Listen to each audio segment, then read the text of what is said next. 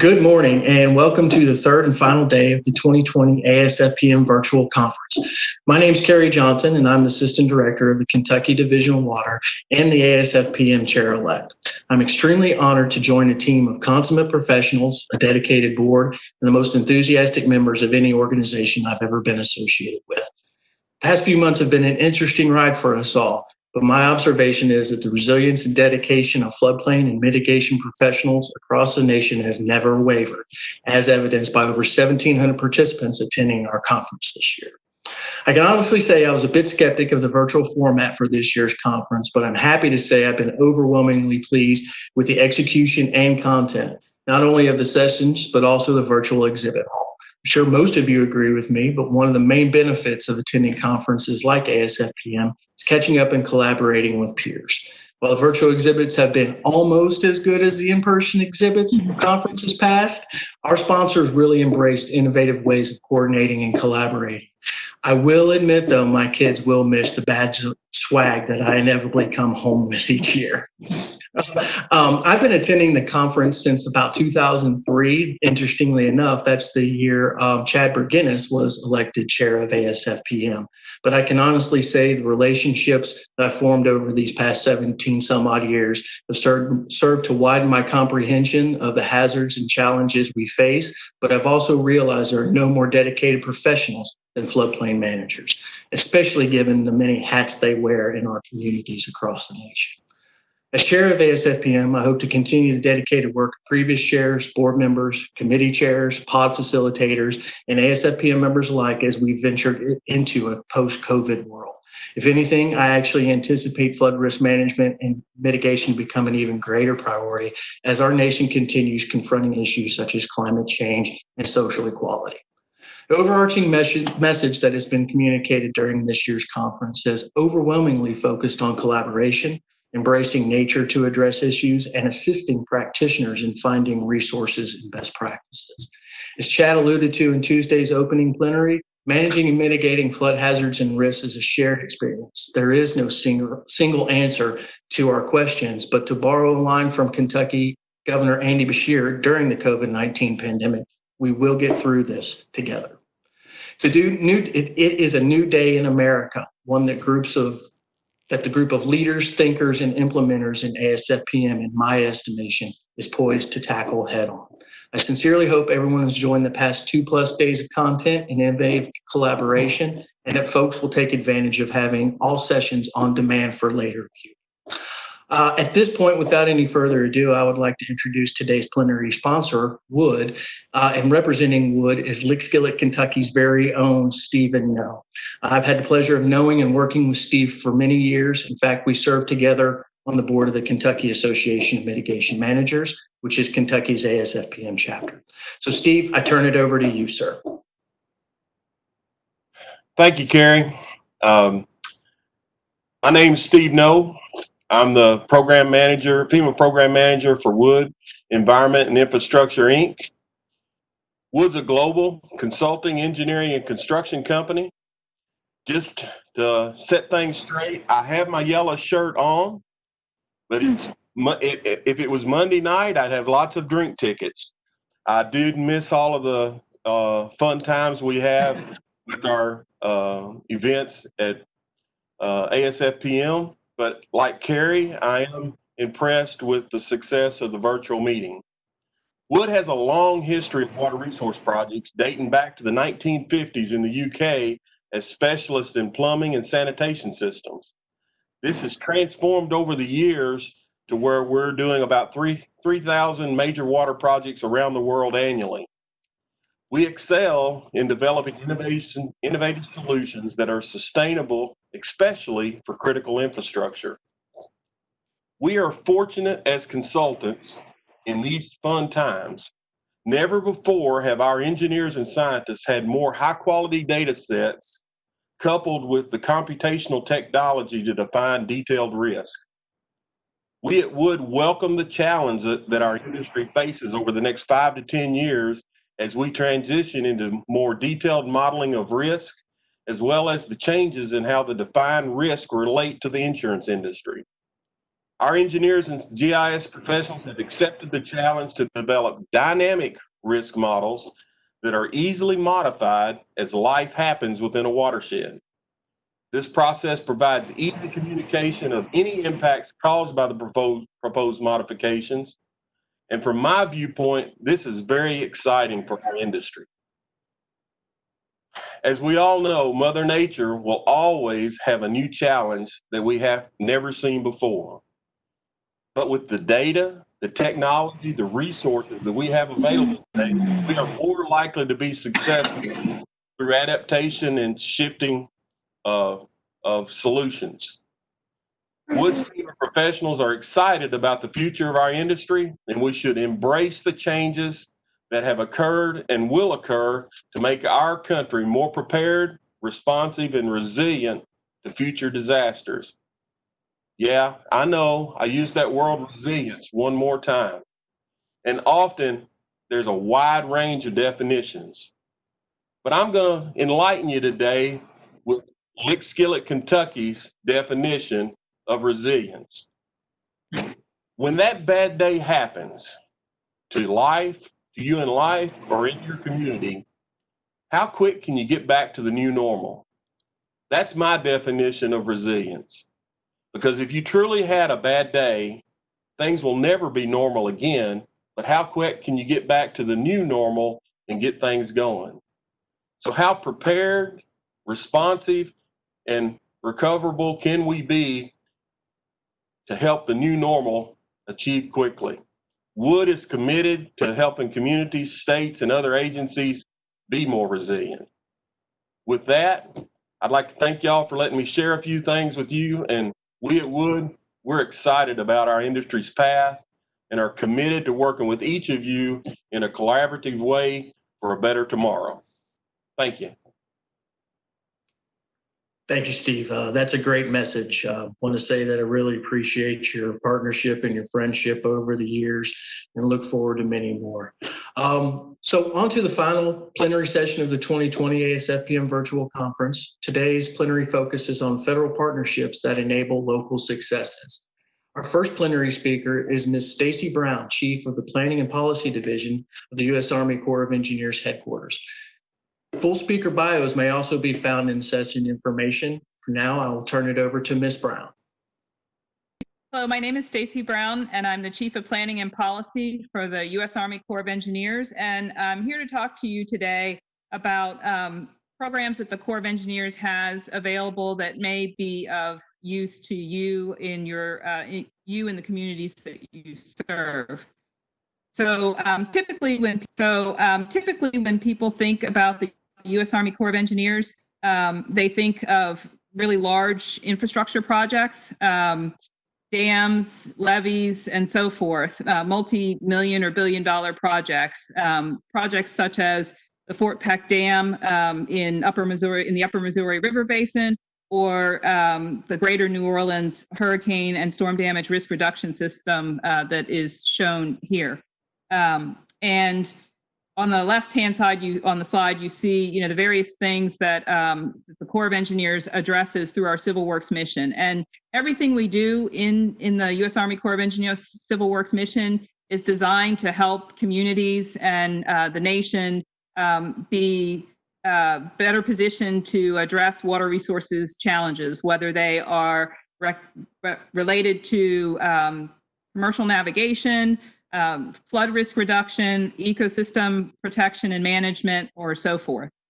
So that's really what the Corps of Engineers is charged with doing. And as it says there in the last bullet, we provide engineering and technical services with respect to making sure that they are economic and technically sound, but at the same time, they're environmentally sustainable as well. And everything that we do in the Corps of Engineers, we do with a partner, a non-federal cost-sharing sponsor or partner, somebody that shares in the costs and the responsibilities associated with the various projects. So recently, what we're seeing in the Corps of Engineers is a trend towards smaller projects. I think a lot of that, there's a couple different reasons for that. So the joke I make a lot of times is that, all the really large scale difficult projects have been built over the years, and the nation as a whole, I think, is much safer from a water resources perspective than it was, many years ago when the Corps first started instituting projects. So, we tend not to build large-scale dams or reservoirs anymore, and I think part of that is because there's not a need, but I think also part of it is a reality that that many of you are very familiar with, and that you all don't have unlimited budgets, and neither does the federal government and the Corps of Engineers. And like I said, we tend to have cost share partners on everything we do. So we are looking for communities and states, non-federal local entities to help share the costs. And so recognizing that everybody's budget is somewhat limited, I think we've seen an evolution towards smaller scale construction projects that address water resource challenges. So one of this slide shows some pictures of the various projects, but it also shows the authorities on the right that we have available to us, because for everything that the Corps of Engineers does, we have to have two things from Congress. We need to have authority, or basically permission to do it, and then we also have to have appropriations or the funding to do it. So we have two types of projects within the Corps of Engineers Civil Works mission. We have the larger congressionally authorized specific authorities that tell us to address a specific project type, so a specific navigation project or a specific ecosystem restoration project. And then we have what's listed here on the screen, we referred to as our Continuing Authorities Program. So that's a program where Congress has given us a blanket authority to address certain types of projects. And so we don't have to go back to them each time to get specific authority to implement a project that falls within these broader authorities. So you see here a picture of us implementing a project to remove a dam. And that's something that we were able to do under our Section 1135 authority, which is the very bottom authority that's listed there, where we modify or improve an existing project to make it more environmentally friendly. And so these smaller scale continuing authorities projects are generally undertaken to address specific needs in each of these areas. And they mirror our larger congressionally authorized authorities in that they allow us to look at either navigation or flood risk reduction or ecosystem restoration. So we have what we call technical assistance programs. And I think with all of those programs, they have, they embody the ideals that are shown on the right-hand portion of the slide. I mean, you see here a picture of us implementing a project to remove a dam. And that's something that we were able to do under our Section 1135 authority, which is the very bottom authority that's listed there, where we modify or improve an existing project to make it more environmentally friendly.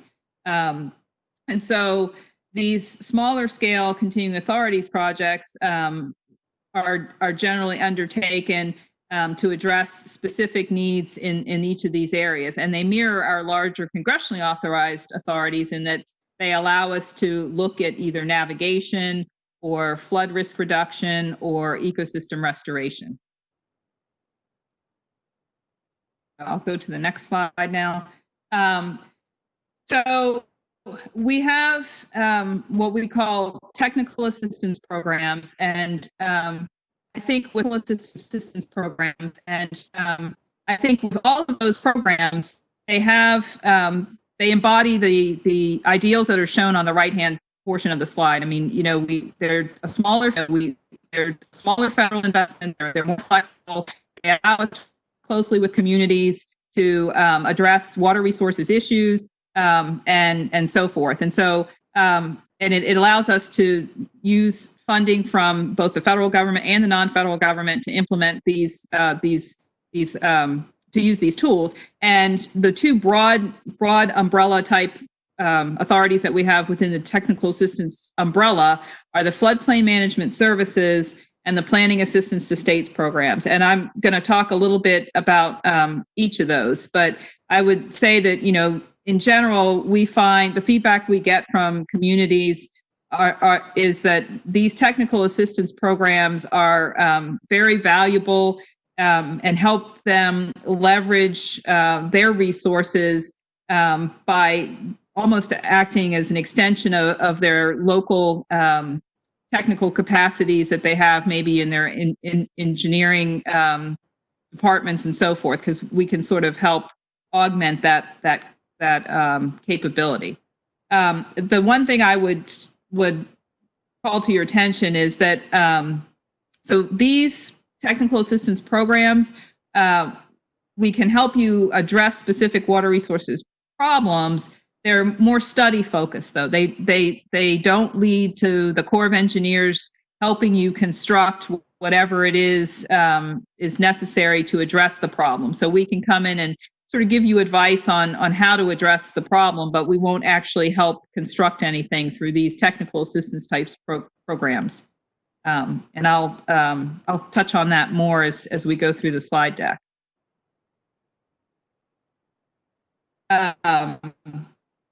So we also have a role, a trend, another trend that we see sort of evolving in our flood risk management mission is focusing on non-structural measures. Hurricane Katrina was sort of the catalyst for a big shift in flood risk management, a change in the flood risk management mission. It represented sort of a cultural shift, and Congress and the Corps realized that we can't build our way out of every flooding problem. I mean, you're not going to, we weren't going to be able to relocate the city of New Orleans, for example. And so, there's usually a structural component to these projects as well as a non-structural piece. And so for instances where flood risk management construction projects are really hard to justify from an economic perspective, because we've got to have more, we have to have benefits that equal to or greater than the cost. So if it costs, $5 to build a solution, we've got to have benefits of at least $5 in order to recommend something. So through the non-structural flood risk management, we really focus on trying to reduce the consequences of flooding instead of the probability of flooding. So we're working with communities and individuals to identify, what the harm is to people and the damages to structures during flooding. And then we try to develop solutions to address those. And those solutions, as it's shown on the slide, some examples of those include, acquiring properties maybe, but certainly not buying out, a whole city. Maybe, and a lot of times it's a combination of these things. So there's some areas where you might need to acquire properties to get people out of harm's way.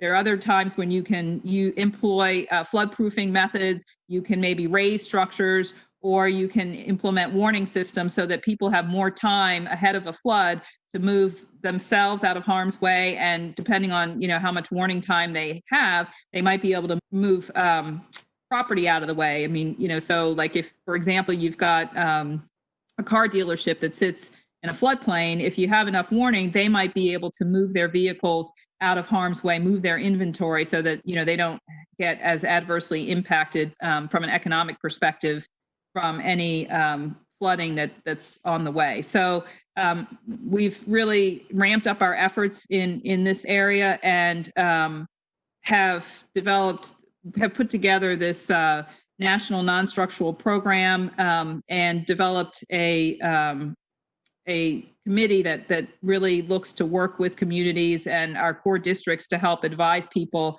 on how we can stay nimble in response to the changing flood risk management needs and solutions. So these are dedicated non-structural experts who provide multidisciplinary technical support. This slide, to me is a very interesting slide. It shows what a profound difference employing non-structural methods can make in the lives of communities and in helping folks return to normal. So what you see here, I'll just walk you through this.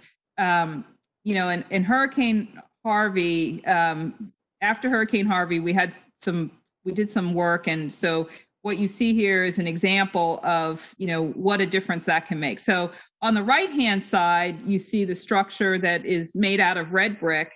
And you'll notice that it's basically a low foundation height. And so in an event, this structure on the right received flooding above its first floor elevation.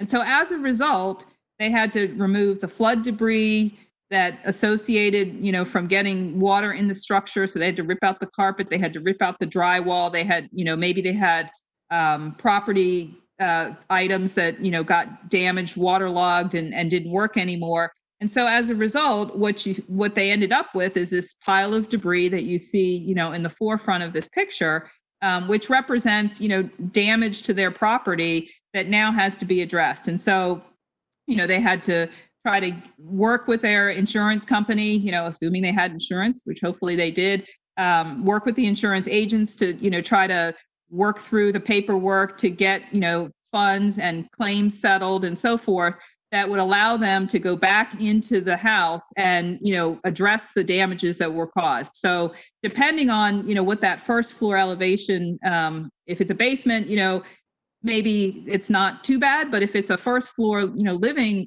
situation and you've got all this damage, now they've also got to relocate. So they've got to go find some place while, while the carpet or the flooring is replaced, while the drywall is repaired, while, all the contents are redone and so forth. So, I mean, it's a significant challenge and inconvenience. What you see on the left, their neighbor on the left, the white stucco building, this structure, as you'll note, you go up some steps to get to that first floor elevation, to that door. And so, the garage was wet flood-proofed, so it was able to survive inundation without damage. There was no damage, no flooding above the house's first floor elevation. So, they didn't have to go through and rip out their carpets and rip out the walls and replace, the curtains and all the rest of it. So, you've got two neighbors living side by side, and because of some specific actions that one took that the other didn't, it made a real difference in terms of, their impacts that they suffered as a result of flooding, with there being none on the left-hand side and there being significant impacts on the right-hand side. What this slide is trying to demonstrate is that, we really see a trend in non-structural emphasis. So there are more and more non-structural measures that are being considered and implemented as part of even our major large-scale flood risk management studies that the Corps is undertaking. So, I mentioned earlier, the Louisiana area, and one of the first significant non-structural studies and projects that we're undertaking is for Southwest coastal Louisiana. And in that area, we've got approximately 4,000 structures that are impacted. And so we are looking, that's too large an area for you really to do some kind of structural fix, because the cost would just be, astronomical. So what we did is, we looked at employing non-structural flood risk management measures. And once we did that, so we didn't have an economically justified project when we looked at just doing, sort of traditional non-structural measures, flood walls, levees, that kind of solution. But once we incorporated non-structural flood risk management measures, we were able to develop a solution to the water resource flooding issues that were being experienced by that area that was economically justified. And you see there the benefit to cost ratio of 5.7 to 1. So basically, for every $5.70 that we spend, every dollar that we spend, we would realize $5.70 worth of benefits. So, I mean, and that adds up to about net benefits of $168 million, which is, certainly significant.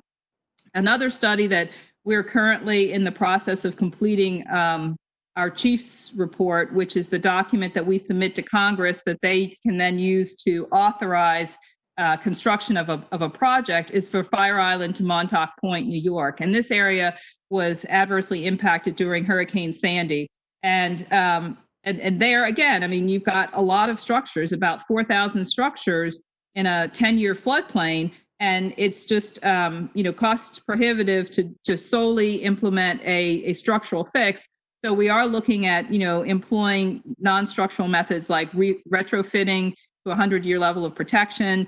We're going to elevate some structures like you saw on the previous slide. And then there will be a component where there's some areas that we really just need to have people relocate. So there will be a limited relocation and buyout component to this project.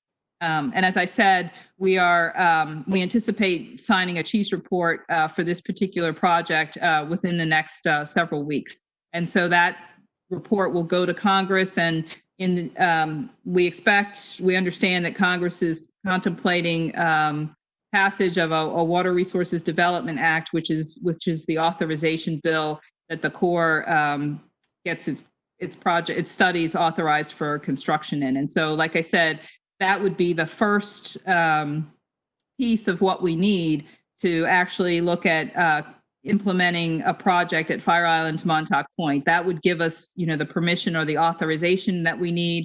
And as luck would have it, since Hurricane Sandy had a significant emergency supplemental price component to it, once the chief's report, once Congress passes the Water Resources Development Act, after we finish the chief's report and the project is authorized for construction, we actually have money on hand that we can use to immediately move towards implementation of a project by constructing a solution to this. So they have the appropriations or the money piece in hand. They just need to get specific permission from Congress to implement the solution that the Corps has identified.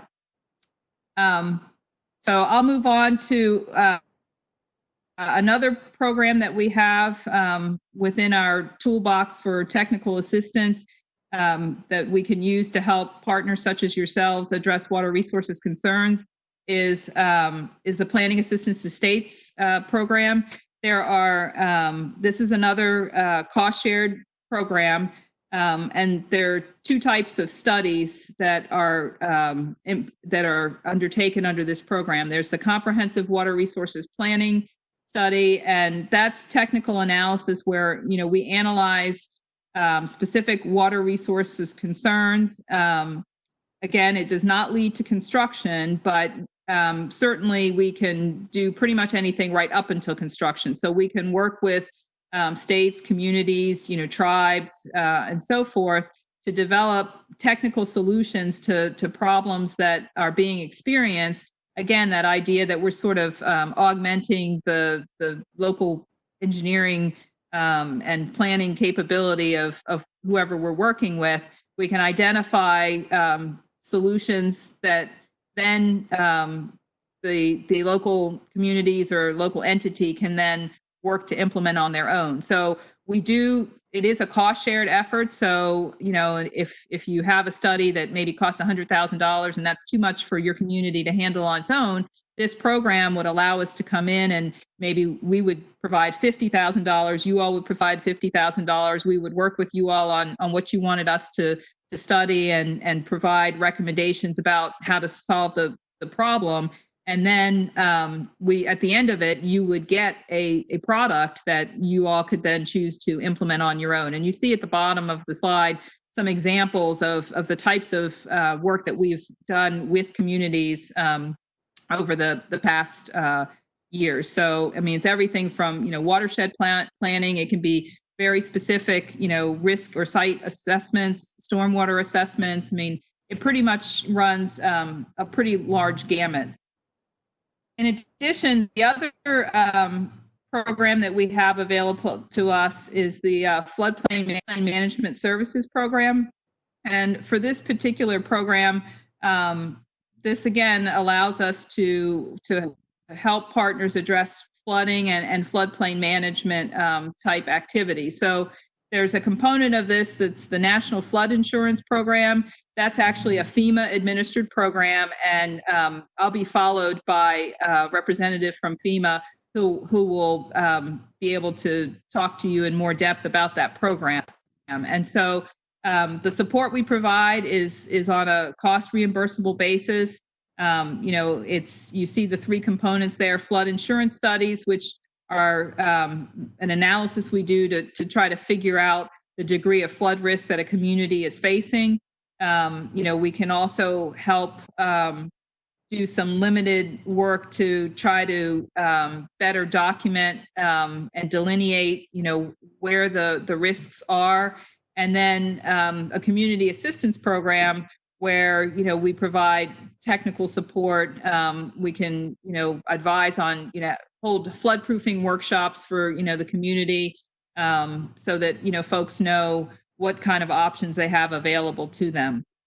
And then the floodplain management services, the special studies program, that's 100% federally funded for non-federal public bodies. And then, for other federal agencies and private citizens, we can also work with them, but that's on a cost reimbursable basis. And so, again, we're looking at small scale technical studies, small scale, certainly from the Corps of Engineers perspective, that cost $400,000 or less, and allow us to look at investigating a variety of flood and floodplain management concerns. And so, we do a lot of multi-agency corporate collaboration, and we look at trying to focus on non-structural flood risk management planning that is smaller in cost, something $100,000 or less. So all of our, we've got 43 core districts. We cover, the entire United States. And of course, the Corps is a worldwide agency, but our civil works, which is what we're talking about here today, is across the nation. And as you can see from this map, we're divided into 9 divisions, and then within the divisions there are different districts. So it's almost guaranteed that there's a core district near you. And if you go to that website that's listed at the top of the slide, www.usace.army.mil, there's a contact tab. And if you go into that tab, you can put in like your address or your zip code, and it will tell you what the closest Corps of Engineers district is to you. And then you can reach out to the planning division portion of that district, and they can provide you assistance and information on any of the programs that I've described today. They can help you figure out, how you get started. They can advise you on how to get started if you're interested in pursuing some of these programs, and can really provide a wealth of information about any water resource challenges that you're having in your communities. And all of these districts, the folks in each of these districts are part of the communities.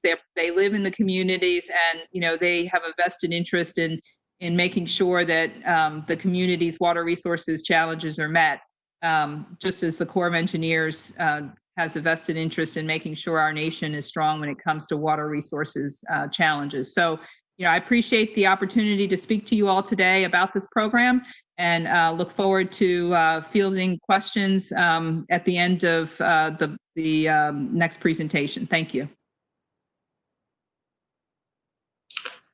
Thank you very much, Ms. Brown. Very informative presentation. The information you shared is greatly appreciated. Now on to our final plenary speaker of the day before the Q&A session, and there have been some great questions come through that we'll address after the next presentation. Our next speaker is Mr. David Stearrett. David is the director of FEMA's Office of the Flood Insurance Advocate at FEMA headquarters. So without any further ado, I'll turn it over to Mr. Stearrett. Thank you. Hello, everyone. First, I'd like to thank ASFPM for having this virtual conference. Being with you in person in Fort Worth would have been better, but at this point in 2020, we'll take what we can get. The Office of the Flood Insurance Advocate, or OFIA, brings a unique perspective to the resiliency conversation because we deal directly with some of the most frustrated NFIP customers.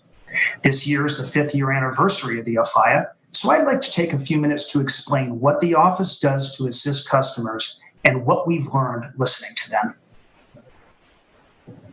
I'll start by giving a brief overview of how we do customer casework. Customers come to us via the website. It's listed on the first and the last slides of this presentation. On the OFIA landing page, there are a number of self-service items and links to other FEMA resources.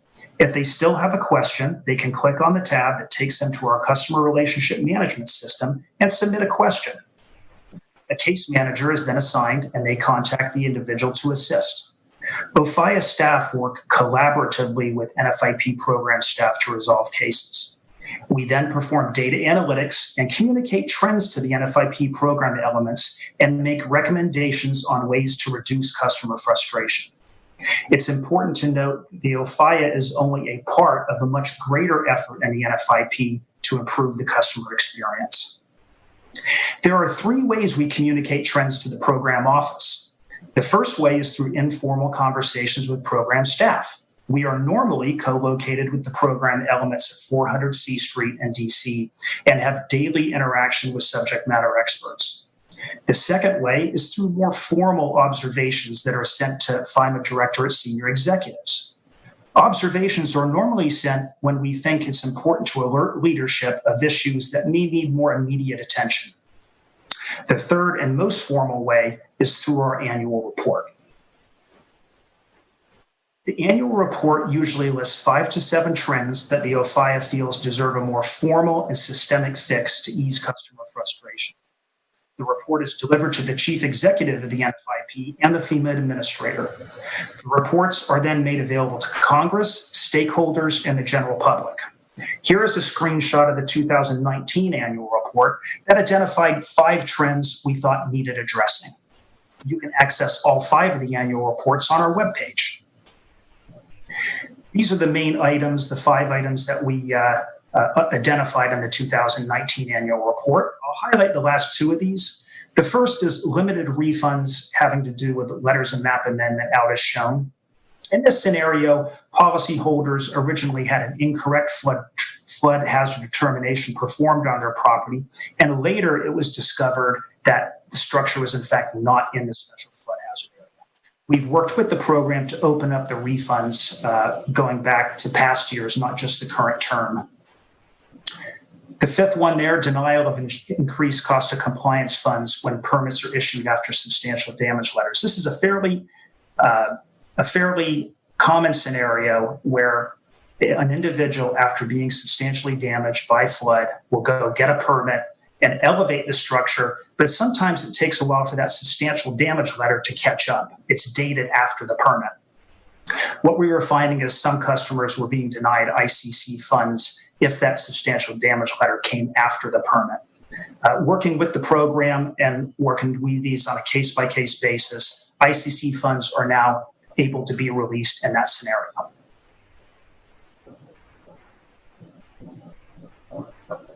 The moving forward section of the 2019 annual report telegraphs the main things that we're going to be looking at in 2020. Risk rating 2.0 is listed there. I'll be talking about that in more detail here in a minute.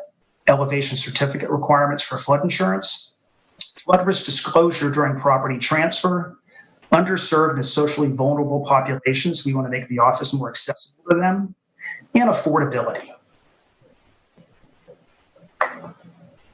We also periodically produce a progress report that lists all of the things the program has accomplished in implementing the recommendations on previous annual reports. The progress report was published in 2018, and it outlined progress made in implementing the 11 recommendations in the 2015 and 2016 annual reports. The FEMA directorates have completed implementation of 45% of the recommendations and is in the process of addressing 100% of the recommendations. The OFIA 2020 annual report will take a different approach than in previous years. The report will take a more retrospective look and will highlight the positive changes to the program resulting from program and OFIA cooperation. Here is a quick snapshot of our casework. You can see a large majority of our casework comes from individuals. The remainder comes from communities. For the individual inquiries on the left-hand side, about 80% of the inquiries are mainly insurance related, the majority being insurance premium rate verification. The answer for many of these folks is resiliency. Lower your risk and you will lower your rate. Another large portion are typically claims related. Mapping questions tend to revolve around navigating the LOMA process and physical map changes. The community inquiries on the right-hand side have far more mapping, floodplain management, and grants questions. The insurance questions may involve subjects such as how to insure a wastewater treatment plant or a public building such as a school. The main themes of individual casework include some of the following. Flood insurance. Flood insurance affordability is becoming more of a challenge, particularly pre-firm and severe repetitive loss structures. The SRL properties have been undergoing 25% increases every year since about 2013, and the premiums are becoming unaffordable for some homeowners. We are now seeing folks that can no longer afford to stay in their homes due to rising flood insurance costs. Conversely, we also see home and business owners that don't have flood insurance and are in a position to afford it if they viewed it as a priority. Only 4% of the structures nationwide have an NFIP policy, and only 30% of those in the high-risk areas. Much work needs to be done to convince them that flood insurance is a good investment so we can collectively close the insurance gap. Flood hazard mapping. Many homeowners underestimate their flood risk when viewing the current firms. The firms, when first produced, were somewhat revolutionary. One of the things we have learned over the years is the binary in versus out has significant limitations as a risk communication tool. To the layperson, the firm often is interpreted to show where it floods and where it doesn't.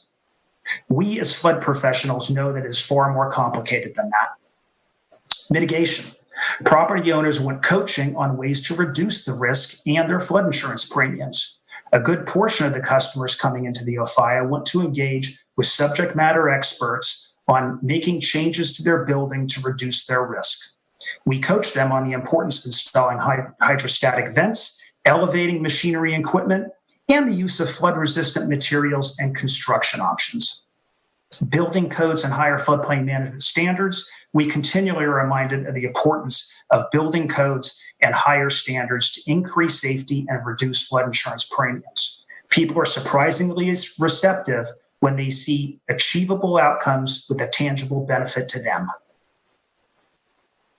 Here are some of the challenges related to community resiliency. Again, flood insurance affordability for businesses and public buildings. Navigating the complex mitigation grant programs can be a challenge with multiple grant programs, different eligibility rules, application deadlines, and state priorities. Limitations on how the current firms communicate flood risk and support long-term resiliency. Communities want a more robust pre-disaster funding stream. What else does our interaction with the NFIP customer tell us? First and foremost, and as repeatedly shown, insured survivors recover faster and more fully than non-insured survivors. We see this time and again. It is common after disasters for us to get inquiries from desperate folks who have recently canceled or non-renewed their flood insurance policies, then get flooded. I'll relate a specific story after the 2016 Louisiana flood, where a customer had recently canceled their flood policy that they had held for 26 years because they had paid off their mortgage. 10 days later, they were flooded. In other cases, customers had canceled their policies due to a recent map change where they were no longer considered in the flood hazard area. We saw in 2017 that the average Harvey flood insurance claim payment was about $117,000, and the average individual disaster assistant payout was just over $5,000. Buy-in at all levels reduces flood risk and helps communities become more resilient. The new mitigation investment strategy supports this effort. The three fundamental principles of the investment strategy are empower, facilitate private and nonprofit sector mitigation investments and innovation, improve collaboration between federal, state, local, and tribal governments, as well as private businesses and nonprofits respecting local expertise, and make data and risk-informed decisions that include lifetime costs and risks. The investment strategy's overarching goal is to improve the coordination and effectiveness of mitigation investments. Community buy-in is critical to resilience. We have seen numerous repetitively flooded homeowners unable to access mitigation grants because their community would not participate in the grant program. Lastly, additional mitigation funding is needed to help those who are stuck. There's a significant number of homeowners that are in pre-firm repetitive loss category and are unable to get access to grant funding to break the cycle. The need for mitigation funds outstrips the available funding.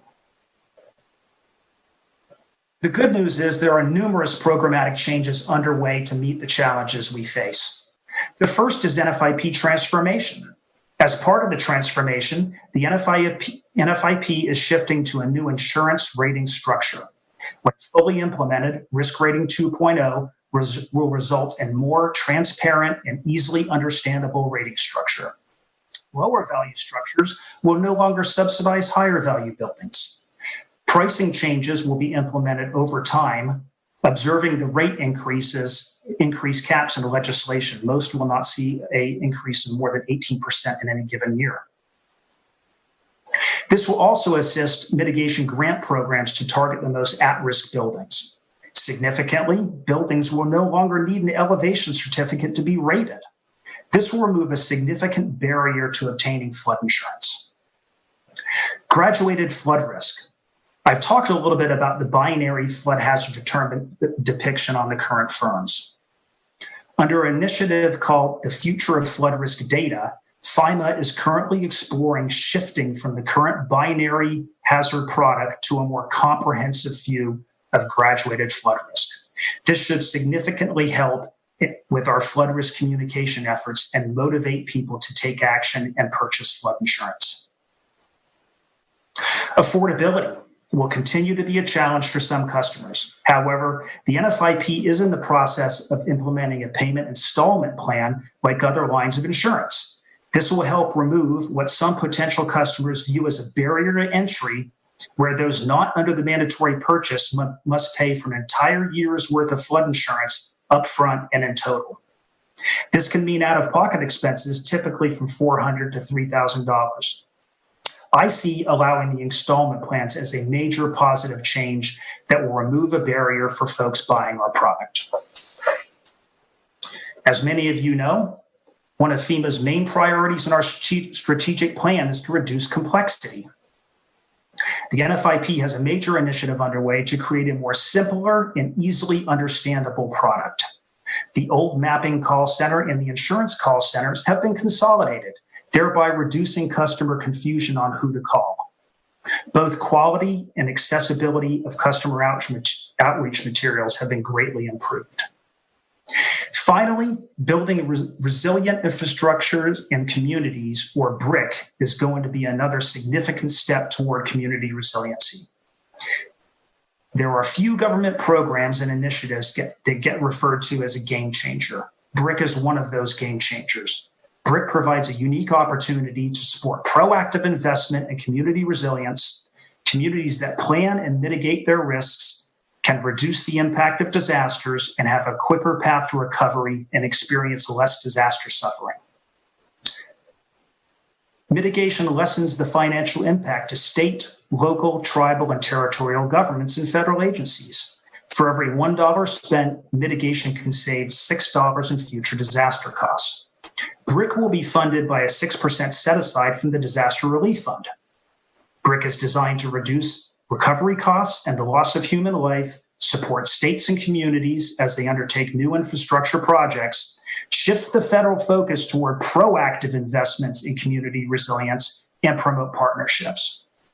BRIC will allow for a more reliable funding stream to enable more robust project development, promote the federal cost share of up to 75% and up to 90% for small impoverished communities, and support projects that mitigate risk across lifelines. All of these program enhancements and initiatives should significantly improve the tools available to help individuals and communities become more resilient. That concludes my presentation. I will turn it back over to Carey, and I'll be happy to take any questions.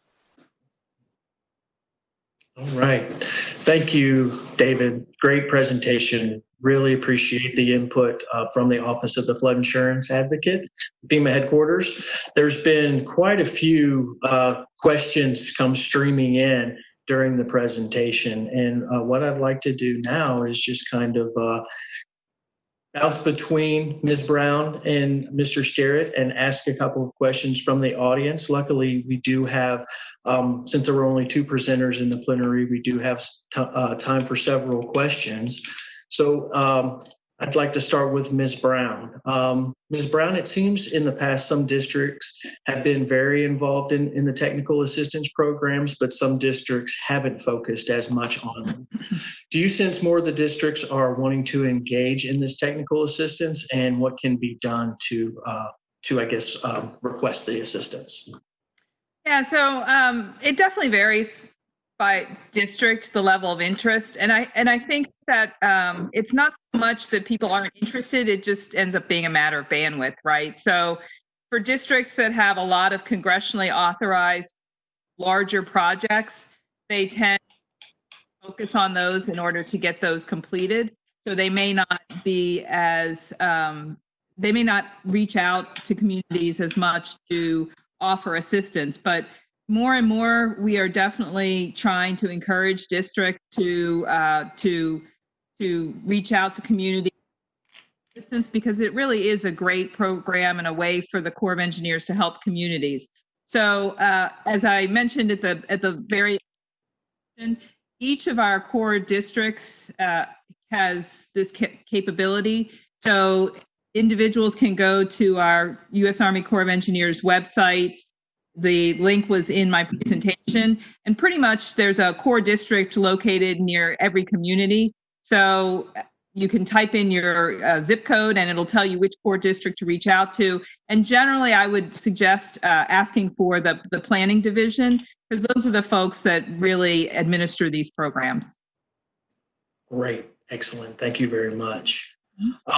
We'll take a question over to Mr. Stearrett now. So David, there actually have been quite a few questions on risk rating 2.0 that have kind of trickled in, especially at the end of your presentation. But one of the questions that was asked is, when is the expectation for risk rating 2.0 to be unveiled, or when will it be implemented? And then finally, or when can we find more information on risk rating 2.0? Sure. So I'll start off with the timeline. Currently, risk rating 2.0 rates will kick in formally in October of 2021. The rates will be available to the companies in April of 2021. As the renewals, flood insurance renewals start to happen, folks should start seeing this in their July flood insurance renewal of next year. I'd add a couple other things related to risk rating. There has been a certain amount of angst related to this change that's going on in the program. But I can tell you, in the advocate's office, we see this as a very positive change for the program. It's been 40 years essentially since we changed the rating structure. The rates are still being developed. Sometimes I get questions, how are things going to be rated behind accredited or non-accredited levies? I can't answer that right now because the rates are literally still being developed. One of the things to keep in mind related to it is there are some folks that are going to undergo increases to their flood insurance premiums. But keep in mind that the statutory caps that are in place for both BW12 and a FIAP limit most rate increases to 18% per year. To put that in context, last year, the average increase to a person's flood insurance premium was about 11%. So you won't see dramatically larger increases. We think that it's a much more transparent and easy to understand rating structure. And it gets rid of what we call those rating cliffs. The folks that are in the flood hazard area and the folks that are just outside it currently pay dramatically less than the folks in. Let me give you a real world example here where I live. There's a flood hazard area in my neighborhood. It's right down my street. I happen to be up on a hill. There's the base flood elevation down at the bottom of that hill. The difference between that and my property is about 65 vertical feet. There are a number of structures that are just outside the special flood hazard area, and they're currently eligible for a preferred risk policy. Now, the way the current rating structure works is those folks that are just on the other side of that line are eligible for the same rate that I would pay as a preferred risk policy, even though the potential risk to the properties down that hill and my property are dramatically different. So it's going to help smooth out those rate cliffs that we talk about.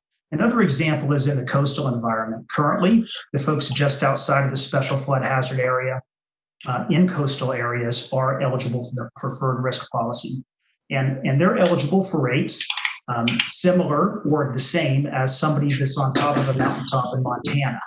That is kind of hard to defend. So we're looking forward to this kicking in, and it will formally go into effect October of 2021. And folks should start seeing those new premiums in next July with their renewal payments.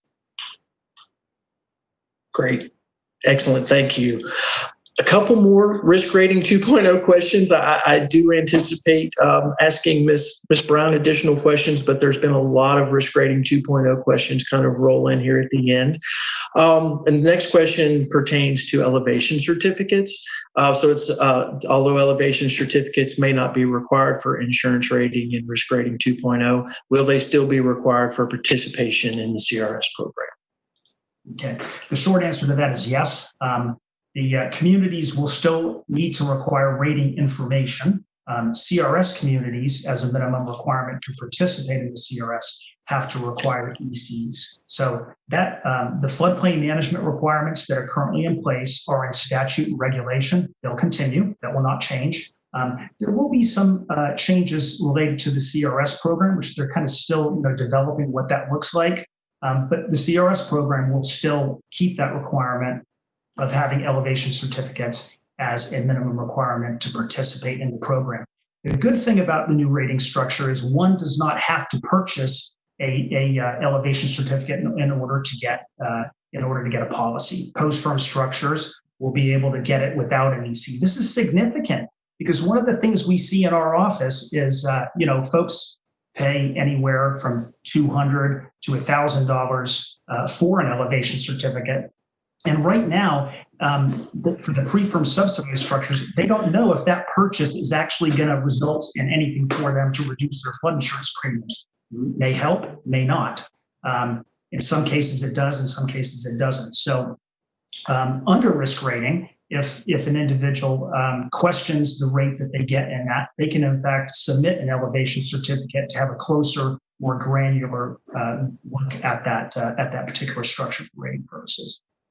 Interesting. Yeah, great answer. So that actually is a great segue to the next question we received. And I promise, Ms. Brown, I will get to you. I just kind of want to bundle all these risk rating 2.0 questions together. Next question, David, is has or will FEMA do a study to calculate what the rates will look like based on hypothetical inland and coastal situations, urban and rural communities, in order to better understand the implications of implementing risk rating 2.0? So they are in the process of developing all of the rates. Under the current risk rating 2.0, we'll take a more granular look at it.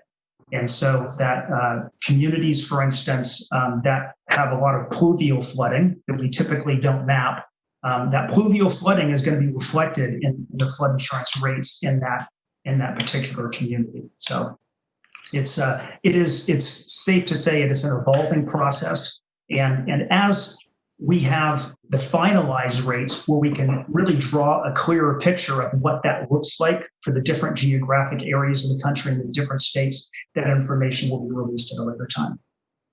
Excellent. The next question is for Ms. Brown. Ms. Brown, people who live in most flood-prone areas are often the most under-resourced folks in given communities. Does the U.S. Army Corps of Engineers have any programs that specifically work to provide technical assistance or other type of assistance to address these equity issues? So our programs are designed we work with all communities. And normally the state or we have to have we have to have a public entity to work with. So a lot of times through our programs, of course, we don't have an unlimited amount of funding. So we look to the states usually to set the priorities, to tell us, where they want our assistance.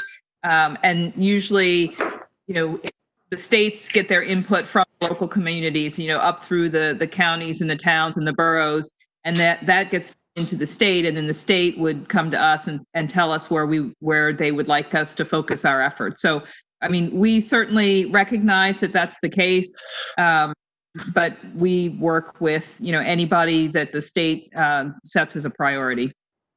Understood. So you mentioned you work very closely with states. Does the Corps also provide floodplain technical assistance services to tribal nations through the various Army Corps districts? Yes, we do. As long as it is really recognized tribe, yes, we work with federal tribes as well. For our floodplain management services program, it would be 100% federal cost.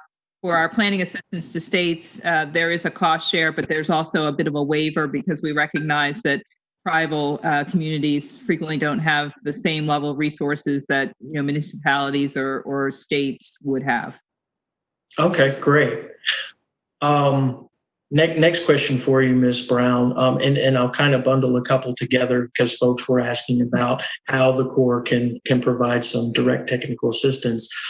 Can planning assistance to states be used to update local hazard mitigation plans?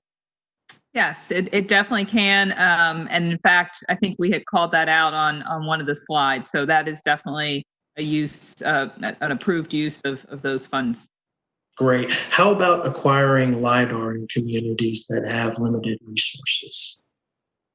So there's nothing that really precludes us from acquiring LIDAR. That's a service that we would contract for. And really, the value of having the Corps involved is sort of our expertise in water resources. So we probably would not want to do wouldn't want to undertake something that is solely 100% LIDAR acquisition. But if we are acquiring LIDAR in the course of conducting a study, we definitely do that. And I would say that usually we try to keep LIDAR acquisition to about 30% or less of the total study costs. So, if we're doing a study, LIDAR to support the study efforts, we absolutely do that. But in terms of having a community come to us and say, hey, can you acquire LIDAR just for our community, that's not generally something that we would put a high priority on. Understood. Thank you. The next question is for David. David, you mentioned shifting towards graduated risk mapping, and it's certainly something that the TMAC is taken on this year and hopes to provide FEMA some good input later on this year. But the question is, does a shift towards graduated risk mapping include site-specific risk assessments? And a general comment saying that this type of risk is simpler to compute and easier to communicate. So it certainly is easier to communicate. the graduated flood risk rather than the current paradigm we have of in or out. Because whether we like it or not, what those firms communicate to many citizens is it floods in the shaded area or the blue area. And if you're out of that area, it doesn't flood there. So I'm really looking forward. This is a dramatically positive thing for the program in the future for our risk communication. As far as site-specific areas, currently there is detailed ground elevation widely available around the country. So I think to a large degree we have that site-specific information. We see that it's not correct all the time, else we wouldn't be doing the number of letters of map amendment we do in the program every year. But I think that will continue, and the precision of both the flood hazard and the ground elevation will improve. Excellent. Next question is for Ms. Brown. Ms. Brown, can you speak about the course policy requiring local governments to agree to exercise eminent domain if it is in a project design plans? And there was a specific project that the commenter brought up. It's a new Miami project that you may or may not have knowledge of, but I was wondering if you could speak to any requirements that the Corps may have for local governments to exercise eminent domain. Sure. So if I could maybe start by giving the background on why we report eminent domain currently. There's four underlying reasons that our current policy requires eminent domain, and that is because we want to make sure that whatever we're recommending is a complete recommendation. So if we have an area where folks are being adversely impacted by flooding, and voluntary, you might be willing to be bought out, and 5 other people might be willing to bought out. But if I'm not willing to be bought out and I stay there, then you don't really have a complete solution, because I'm still going to be at risk and I'm still going to be adversely affected. So that's the first thing, and we require our non-federal partners that we're working with to be able to execute precise eminent domain, so we make sure we get a complete solution to the problem. The second reason is to allow for relocation financial assistance to be offered to those homeowners that are willing to relocate. Without the eminent domain being able to be exercised, we aren't able to offer that assistance. And then the third reason is because once we have relocated people, we want to be able to use that property for something else that's more consistent or more appropriate for use in that area. So if for example, we want to buy out the neighborhood that's along a river, and we want to replace it with ball fields where it doesn't matter if those get flooded, you can't have 1 or 2 people sort of living in the middle of the ball fields. I mean, that just sort of doesn't work. And so and the last reason we have that policy is because we just are really trying to make sure that we've lowered the residual risk as low as we can. So it's hard, I know, because everybody is very connected to their homes. They have personal attachments to where they live and their communities, and so it is a significant undertaking to consider being relocated. But that's sort of the genesis and the rationale behind the policy. Excellent. No, thank you for the clarifications. Much appreciated. I think we have time for one more quick question, and I'll pivot quickly to David because I think this question is a great. First off, a great question. I'd love to hear his answer. And the question is, do you have or can you provide documentation, or the Office of the Flood Insurance Advocate provide documentation indicating that insured survivors recover faster than those without? And if so, can the Office of the Flood Insurance Advocate provide documentation on the pros and cons of NFIP versus private flood insurance? Okay. So my office doesn't possess any such reports. Now, the program has done evaluations on that, and there's stuff publicly available on FEMA website that clearly shows that huge gulf between the insured survivor, the example I gave of the average Hartley claim compared to the average individual assistance claim. So there's no doubt in our minds that insured survivors recover much more quickly. And what was the second part of that question, Carey? Sure. The second part of the question was, is there any documentation out there on the pros and cons of NFIP versus private flood insurance? Right. So, we are quite knowledgeable about the NFIP product and non-NFIP products. Non-NFIP products are an option for folks. Sometimes, particularly the pre-firm subsidized properties, sometimes can save a little bit of money going with the private flood insurance option. One of the things we do inform the folks on is there are implications to that. For instance, private flood insurance, they can cancel your policy after a claim or multiple claims. And currently, the way the rules are set up for that private policy to come back to the NFIP, in some cases they will lose subsidy. So that can be a significant increase.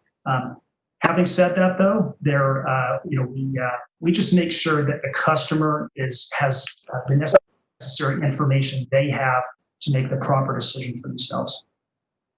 Excellent. Yeah, thank you for the answers. And Ms. Brown, David, really want to thank the efforts and the time that you provided to almost our 1,700 participants in the conference today. Very enlightening presentations, and we certainly appreciate your time and efforts and spending a little bit of good time with us today at the final plenary of the 2020 virtual conference.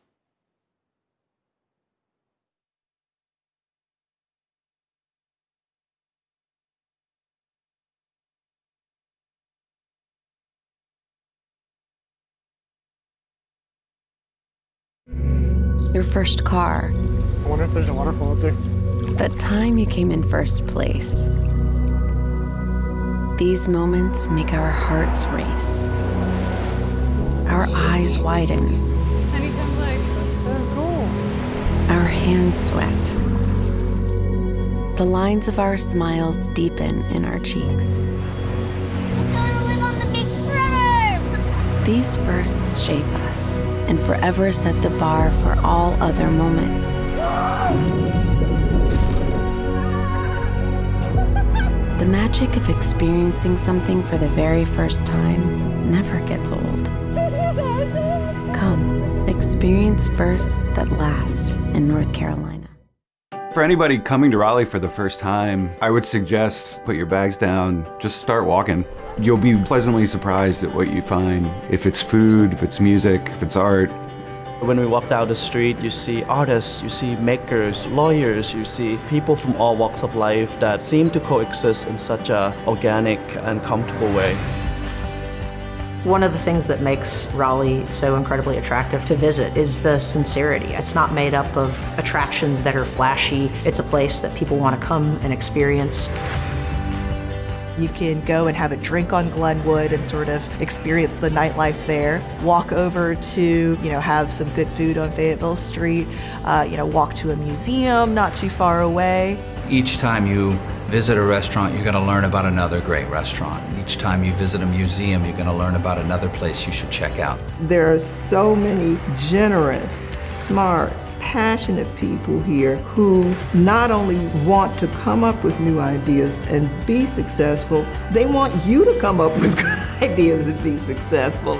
And when you're a part of that community that takes so much pride in the ability to give, that alone is a reason to visit Raleigh. Hi, I'm Bill Tingle, Executive Director of the North Carolina Association of Floodplain Managers, and on behalf of our Board of Directors and members, I'm excited to extend an invitation for you to attend the 2021 conference in Raleigh next year. We're really proud that this will mark the third time that ASFPM's national conference has been hosted in North Carolina. The most recent was in Charlotte in 2001, which just so happens to be exactly 20 years prior to next year's conference in Raleigh. And the first was way back in 1990 in the beautiful Blue Ridge mountain town of Asheville. Of course, North Carolina's changed a lot since that Asheville conference some 30 years ago. Our population has grown about 60% or so, and over that same time period, flooding from visitors with names like Floyd, Bertha, Matthew, and Florence have continued to set and then reset flooding records across the state. Those early storms led to the formation of one of the preeminent FEMA CTP partner programs in the nation, and in 2000, the formation of the almost legendary North Carolina Floodplain Mapping Program. But don't let all this talk about hurricanes and flooding keep you away from our beautiful state. North Carolina is blessed with many wonders, from the beautiful Appalachian Mountains to our thriving Piedmont industries and cities, to our warm, sunny beaches on the Atlantic coast. Raleigh, the city of oaks, sits right in the center of it all and offers its own unique opportunities for great entertainment, dining, drinking, and much more. So please come visit us in Raleigh next year and stay a while to see why we love calling North Carolina home. Hope to see each of you next year in person, hopefully, in Raleigh. Thank you.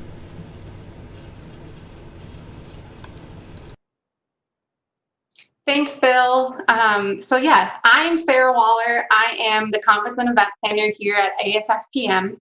And we, me along with the team in North Carolina, want to extend the invite to you to attend our 45th Annual National Conference taking place in Raleigh, North Carolina. It will be taking place at the Raleigh Convention Center, May 9th through 13th, 2021. You know, we've really enjoyed being able to gather here together and to share content with you virtually, but I think we're even more excited to gather back together again next year in Raleigh. So registration for next year's conference will open this January.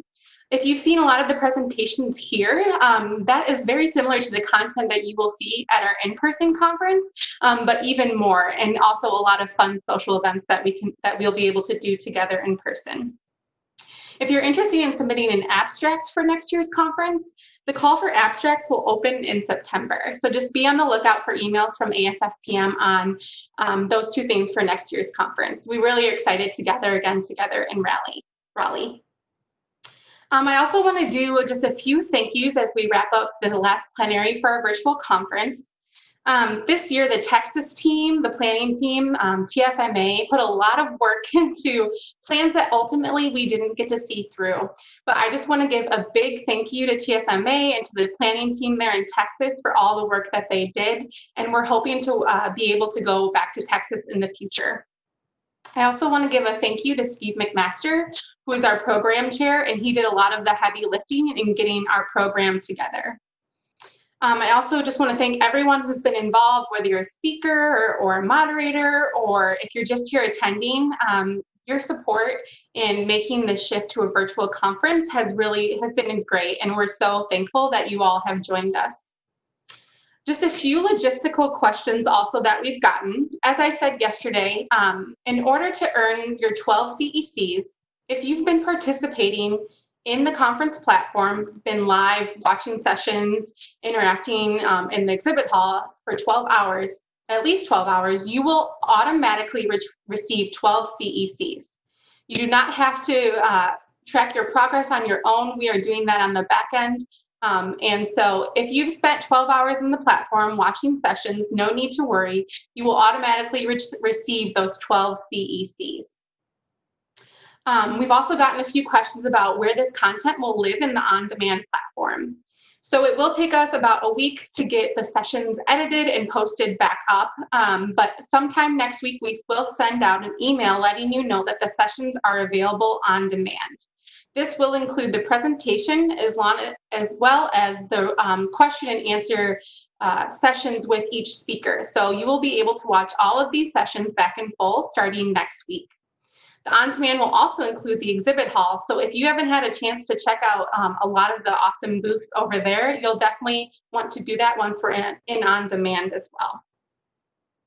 I do have one announcement from the ASFPM Foundation for their 10th annual student paper competition that happened yesterday afternoon. So the ASFPM Foundation is pleased to announce the prize winners of yesterday's paper competition. Yesterday, each finalist delivered a 20-minute presentation of their entries and answered some questions from the judges. After much deliberation, here are the results. Third prize, $250, goes to Meg Zurcher, St. Louis University, for her paper, Does Predator Presence Affect Stream Hydrology via Tropic Cascades? Congrats, Megan. Second place, $500, goes to Mahasweta Chakraborty from Tata Institute of Social Science in Mumbai for her paper, Dealing with the Divulge of Waste, Flood Waste Management in a Two-Tier City of India. And finally, first prize, $1,000, goes to Hannah Sparrow from Boise State University for her paper, Modeling the Downstream Consequences of the 1976 Teton Dam Failure and Resulting Flood by Validating the GeoClaw software with historical data.